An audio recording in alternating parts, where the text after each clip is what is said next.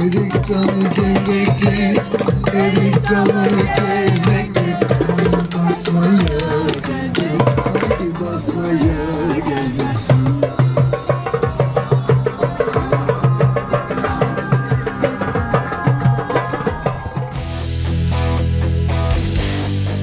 নমস্কার এবং স্বাগত ভূপর্যটকের চ্যানেলে।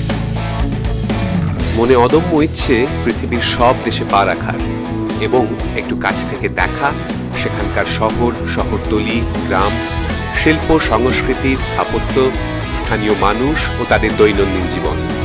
এই উদ্দেশ্য নিয়েই আবার বেরিয়ে পড়া এলেম নতুন দেশে।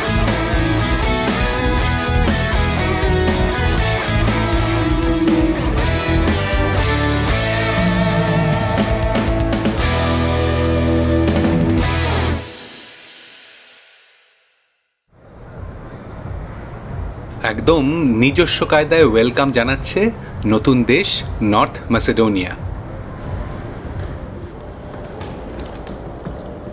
নেমেছি স্কোপিয়ে আন্তর্জাতিক বিমানবন্দরে।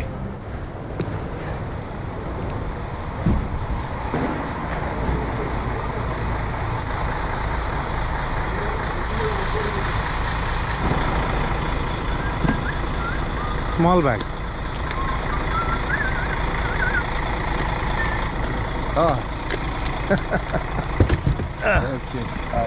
এয়ারপোর্ট থেকে বেরিয়ে প্রিপেড ট্যাক্সি ধরে হোটেলের পথে। It's come to Macedonia from holiday or for job something? No, holiday. দক্ষিণ পূর্ব ইউরোপের এই বালকান সফর শুরু করেছি সার্বিয়া দিয়ে। সার্বিয়ার বেলগ্রেড থেকে আসছি নর্থ ম্যাসেডোনিয়ার রাজধানী স্কোপিয়ে। এই দেশের পূর্ব সীমান্তে বুলগেরিয়া, পশ্চিমে আলবেনিয়া, দক্ষিণে গ্রিস এবং উত্তরে সার্বিয়া সহ বিতর্কিত দেশ কোসোভো।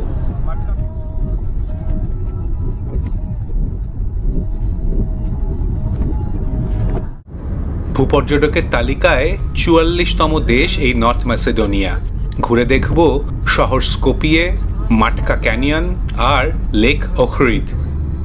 রাত এখন প্রায় ১২টা, তাই রাস্তাঘাট বেশ শুনশান। আধ ঘন্টার মধ্যেই এয়ারপোর্ট থেকে পৌঁছে গেলাম আমার হোটেল।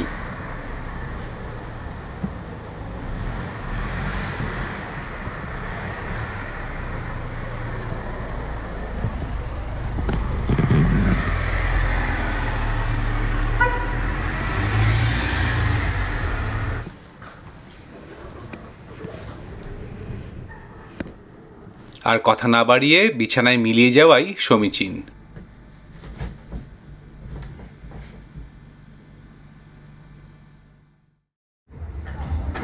সুপ্রভাত। ঘুম ভেঙেছে বেশ সকালে। হোটেলের ক্যাফেতে প্রাতরাশ করতে এসেছি। রাতে ঠিক ঠাহর করতে পারিনি, কিন্তু এখন বুঝলাম যে এই হোটেলটা একেবারে শহরের প্রাণকেন্দ্র ম্যাসেডোনিয়া স্কোয়ারে অবস্থিত। কাঁচের দেওয়াল আর ওপাশেই সুবিশাল ওয়ারিয়ার অন আ হর্স ভাস্কর্য।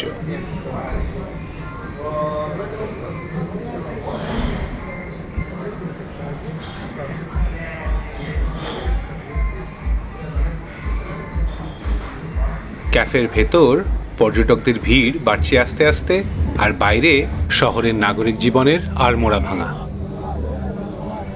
এইসব দেখতে দেখতে এসে গেছে ব্রেকফাস্ট। এখানকার স্থানীয় শপসকা স্যালাড, চিজ বুরেক, অলিভ এবং ডিম। খেয়ে বেরোবো পায়ে হেঁটে ঘুরে দেখতে স্কোপিয়ে শহর। স্কোপিয়ের ইতিহাস কয়েক হাজার বছরের পুরনো হলেও আধুনিক শহরের এই দৃশ্যপটের সম্প্রতি ব্যাপক পরিবর্তন হয়েছে। স্কোপিয়ে ২০১৪ এই প্রকল্পের অধীনে শহরের কেন্দ্রকে নতুন করে সাজানো হয়েছে। প্রকল্পের উদ্দেশ্য শহরটিকে আরও আধুনিক এবং আকর্ষণীয় করে তোলা। ফলস্বরূপ এই ম্যাসেডোনিয়া স্কোয়ার চত্বরে গড়ে উঠেছে বহু নতুন ভাস্কর্য, ফোয়ারা এবং নিওক্লাসিক্যাল স্থাপত্যের ভবন। সমালোচকদের মতে এই পরিবর্তন ম্যাসেডোনিয়ান সংস্কৃতির প্রতিফলন নয় এবং এর কারণে শহরের আসল চরিত্র নাকি নষ্ট হয়েছে। স্কোয়ারের কেন্দ্রে অবস্থিত এই ব্রোঞ্জের ভাস্কর্যটি একটি অশ্বারোহী যোদ্ধা, আনুষ্ঠানিকভাবে ওয়ারিয়র অন আ হর্স নামে পরিচিত হলেও আদপে আলেকজান্ডার দ্য গ্রেটের ভাস্কর্য হিসেবে স্বীকৃত। এটি স্কোপিয়ের আধুনিক পরিচয় এবং প্রাচীন ম্যাসেডোনিয়ান ইতিহাসের প্রতি শ্রদ্ধা জ্ঞাপন। পাশেই 10ম শতাব্দীর বুলগেরীয় সম্রাট স্যার স্যামুয়েলের ভাস্কর্য। মেসিডোনিয়ার বেশিরভাগ অংশ জুড়ে বিস্তৃত ছিল তার সাম্রাজ্য। এছাড়াও চারিদিকে ছড়িয়ে ছিটিয়ে রয়েছে স্কোপিয়ে 2014 প্রকল্পের আওতায় তৈরি হওয়া বেশ কিছু ছোট ছোট ব্রোঞ্জের মূর্তি, যা দৈনন্দিন জীবনকে প্রতীকী রূপে উপস্থাপন করে। মেসিডোনিয়া স্কোয়ারের চারপাশে রয়েছে বিভিন্ন সরকারি ভবন, হোটেল, রেস্তোরাঁ, দোকান এবং একাধিক ফোয়ারা। বেলা বাড়তেই মানুষের ভিড়ও বাড়ছে এই মেসিডোনিয়া স্কোয়ারে। সামনেই নীল ছাতা হাতে নিশ্চয়ই আমাদের ওয়াকিং ট্যুরের গাইড মহাশয়। এনার সঙ্গেই ঘুরে দেখব শহরের নানা দিক আর শুনবো টুকরো টুকরো ইতিহাস ও গল্প।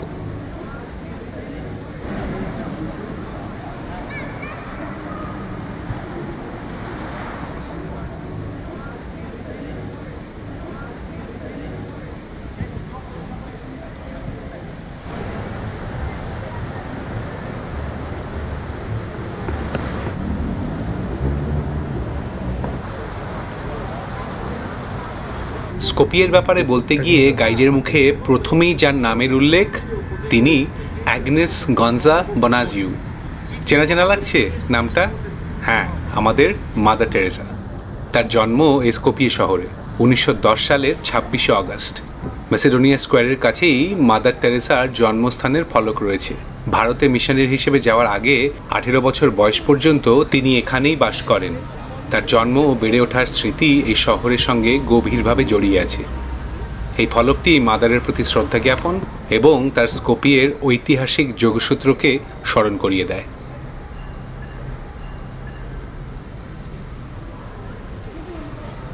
হেঁটে যাচ্ছি স্কোপিয়ের ওম্যান ওয়ারিয়ার পার্ক দিয়ে, শহরের একটি অনন্য স্থান যা নারী শক্তি এবং ঐতিহাসিক প্রেক্ষাপটে তাদের অবদানকে তুলে ধরে। ভারদার নদীর পাশে অবস্থিত এই পার্কটির ভেতরে সাজানো একাধিক ভাস্কর্য যা সম্মান জানায় দেশের নারী ও বিভিন্ন ঐতিহাসিক যোদ্ধাদের।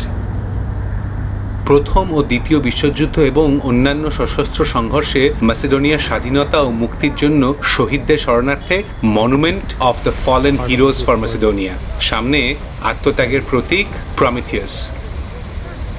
পার্কের ঠিক উল্টো দিকেই পার্লামেন্ট, দেশের সংসদ ভবন এবং অবশ্যই রাজনৈতিক কেন্দ্রবিন্দু। বর্তমানের নর্থ মেসিডোনিয়া বিংশ শতাব্দীতে যুগোস্লাভিয়ার একটি অংশ হয় এবং সমাজতান্ত্রিক শাসনের অধীনে আসে। ওই সময় নির্মিত অনেক অ্যাপার্টমেন্ট ব্লক এবং কিছু প্রশাসনিক ভবন সেই কমিউনিস্ট যুগের স্থাপত্যশৈলীর নিদর্শন বহন করে।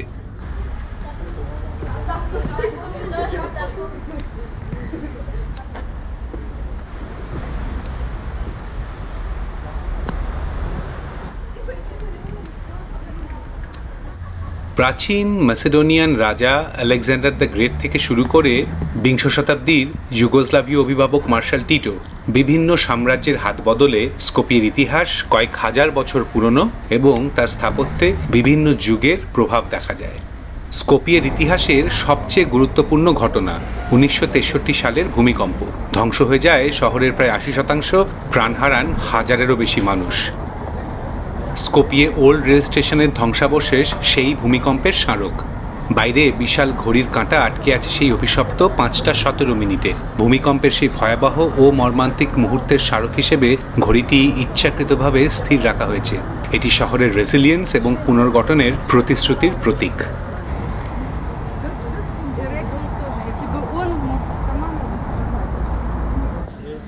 ফিরছি মেসিডোনিয়া স্কোয়ারের দিকে।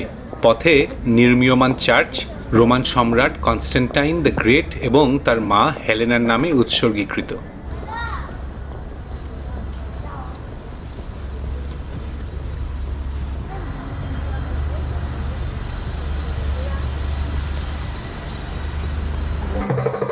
স্কোপিয়ে শহরের মধ্যে দিয়ে বয়ে চলেছে নর্থ মেসিডোনিয়ার দীর্ঘতম নদী ভারদার। ওপারে দেখা যাচ্ছে state archive of the republic of মেসিডোনিয়ার ভবন, অন্য পারে museum of the Macedonian struggle for independence. যেখানে দাঁড়িয়ে এসব দেখছি সেটা হলো স্টোন ব্রিজ, শহরের অন্যতম প্রতীকী ল্যান্ডমার্ক। ভার্দান নদীর ওপর অবস্থিত এই ঐতিহাসিক সেতু 1400 শতকে অটোমান শাসন আমলে নির্মিত। এটি আধুনিক স্কোপিয়ে এবং ওল্ড বাজারকে সংযুক্ত করে।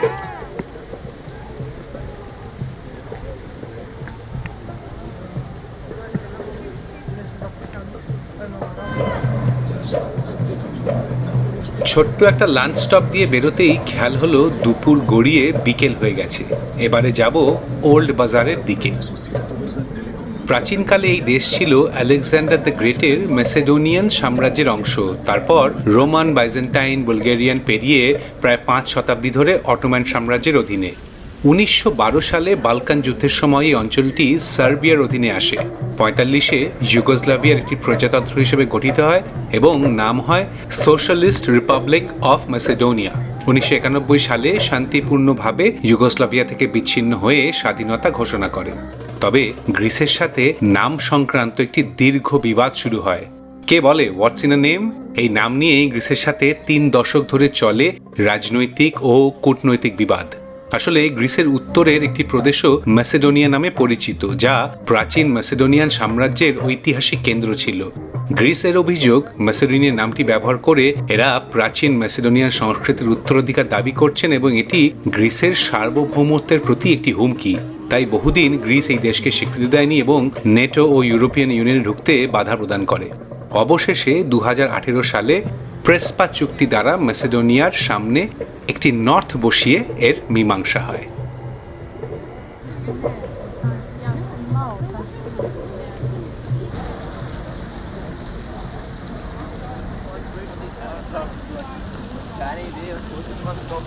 ঐতিহাসিক স্টোন ব্রিজ পেরিয়ে ওল্ড বাজারের দিকে।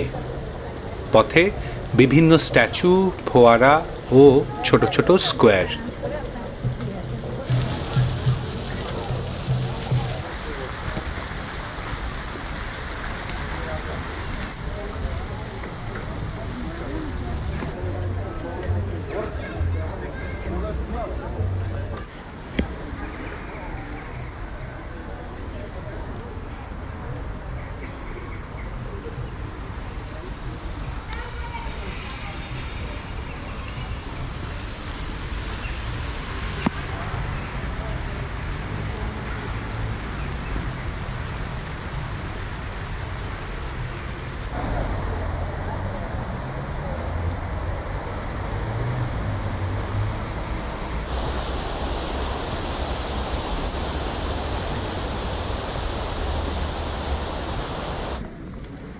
স্কোপিয়ে ওল্ড টাউন ও ওল্ড বাজার। 500 বছরের অটোমান শাসনের ছাপ আজও এখানে স্পষ্ট, যেন সময়কে আটকে রেখেছে। এই বালকান মধ্যযুগীয় অটোমান বাজারটির বৈশিষ্ট্য সংকীর্ণ পাথরের রাস্তা, মসজিদ, ছোট ছোট দোকান, আর্টিসান ওয়ার্কশপস এবং ঐতিহ্যবাহী রেস্তোরাঁগুলো। গোধূলির পরিবেশটা একদম অন্যরকম এখানে। 500 বছরেরও বেশি পুরনো মুস্তাফা পাশা মসজিদ, আকাশ পুড়ে তার মিনার আর আজানের সুর।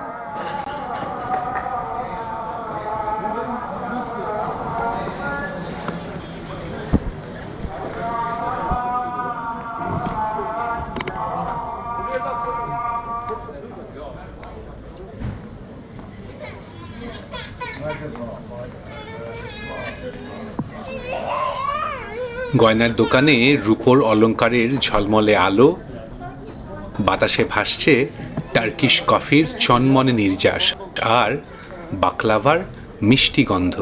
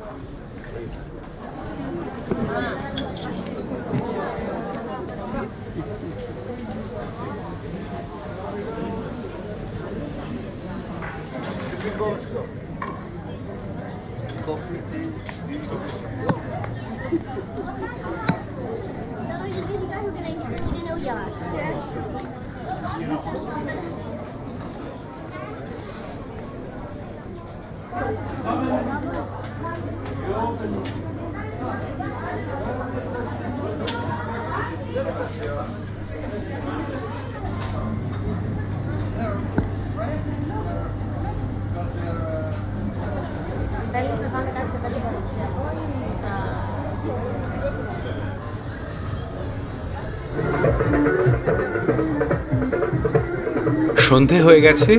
ওল্ড বাজার থেকে বেরিয়ে সেই স্টোন ব্রিজ পেরিয়ে ফেরত আধুনিক শহরে। রাতের ম্যাসেডোনিয়া স্কোয়ার এক ভিন্ন রূপ। স্কোয়ারের স্থাপত্য, ভাস্কর্য এবং ফোয়ারাগুলো রঙিন আলোয় আলোকিত। আলোর প্রতিফলনের খেলায় এক অসাধারণ ভিজুয়াল এফেক্ট তৈরি হয়েছে। মূর্তিগুলোকে আরও ম্যাজেস্টিক দেখাচ্ছে, আর গোটা চত্বরটায় তৈরি হয়েছে এক মায়াবী পরিবেশ।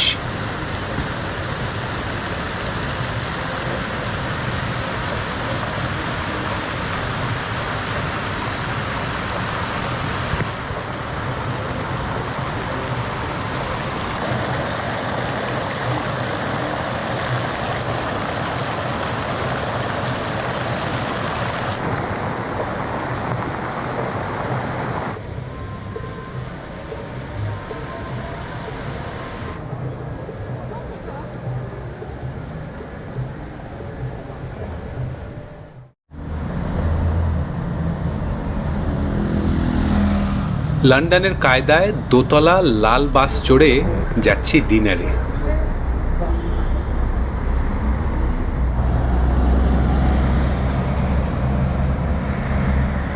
রেস্তোরাঁর নাম স্কপস্কি মেরাক। স্কোপিয়ের একটি অত্যন্ত জনপ্রিয় রেস্তোরাঁ। নামের অর্থ স্কোপিয়েস ডিলাইট বা স্কোপিয়ের আনন্দ। রেস্তোরাঁটি ঐতিহ্যবাহী ম্যাসেডোনিয়ান খাবার এবং পানীয় পরিবেশন করে। এর মধ্যে রয়েছে বিভিন্ন গ্রিলড মাংস এবং স্যালাড, জাতীয় ডিশ তাফচে গ্রাফচে, এক ধরনের বেকড বিন স্টু, খানিকটা পিৎজার মতো দেখতে পাস্ত্রা মাইলিয়া, পানীয়ের মধ্যে স্থানীয় লিকার রাকিয়া, ম্যাসেডোনিয়ান মাস্তিকা, ওয়াইন এবং সেই এয়ারপোর্টে আলাপ হওয়া স্কোপিয়ের নিজস্ব বিয়ার স্কপস্কো। খাবার তো বটেই, তবে তার চেয়েও বড় আকর্ষণ হলো এখানকার ট্র্যাডিশনাল মিউজিক। কম্পানিয়া নামে পরিচিত স্থানীয় শিল্পীরা ঐতিহ্যবাহী লোকসঙ্গীত পরিবেশন করেন। সাধারণত 3 থেকে 4 জনের একটি দলে গিটার, অ্যাকর্ডিয়ন, বেস গিটার এবং বেহালা সহকারে গাওয়া হয় একের পর এক গান। শিল্পীরা টেবিল থেকে টেবিলে গিয়ে গান শোনান এবং স্থানীয়রা প্রায়শই তাদের সাথে গলা মিলিয়ে গান। এই ধরনের সঙ্গীতকে বলা হয় স্তারা গ্রাৎস্কা মিউজিকা, যার অর্থ পুরাতন শহরের সঙ্গীত।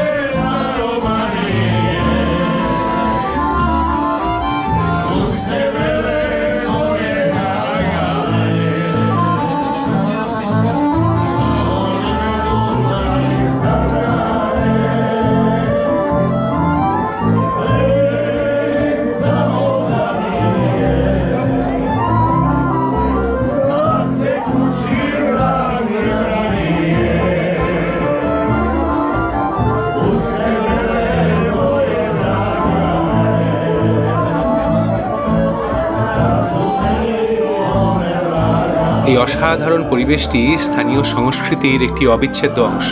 এটি ম্যাসেডোনিয়ার একটি বিশেষ ঐতিহ্য, যা মানুষের মধ্যে একতা ও নির্মল আনন্দের একটা মেলবন্ধন তৈরি করে।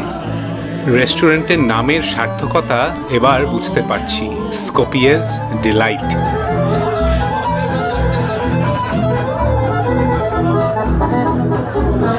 সুরের এই রেশ নিয়েই আজকের মতো বিদায়। দেখা হচ্ছে পরের পর্বে। যাব স্কোপিয়ের কাছেই মাটকা ক্যানিয়ন এবং দেশের পূর্বে অ্যালবেনিয়া সীমান্তে লেক অখরিদ। সঙ্গে থাকুন ভূপর্যটকের চ্যানেলে।